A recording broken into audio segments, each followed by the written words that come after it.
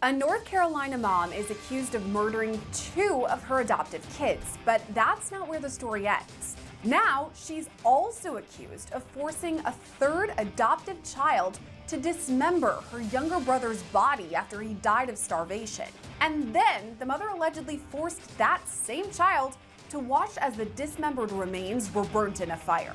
If that's a lot to swallow, I get it, because this story has some shocking details, and there are a lot of them. First, let's start with the basics, though. This is the defendant in our case, 63-year-old Avante Devin of Fayetteville, North Carolina. According to local news stations, Avante was a licensed foster parent from 2007 to 2013, and after that, she became a licensed adoptive parent. WRAL News reports she had 7 letters of recommendation from multiple different agencies, including behavioral health organizations. So it seems like Avante was a great fit as an adoptive parent.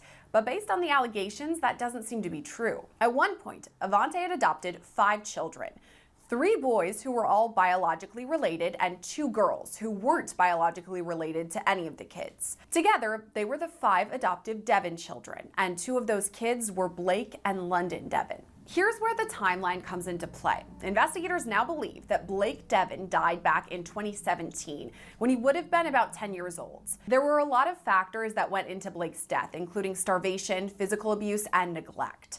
In 2024, police in the Department of Social Services interviewed the surviving adoptive kids, and they explained some forms of torture that Blake endured before his death. The kids reported that they were in a small room that was almost completely dark, and Avante refused to feed them.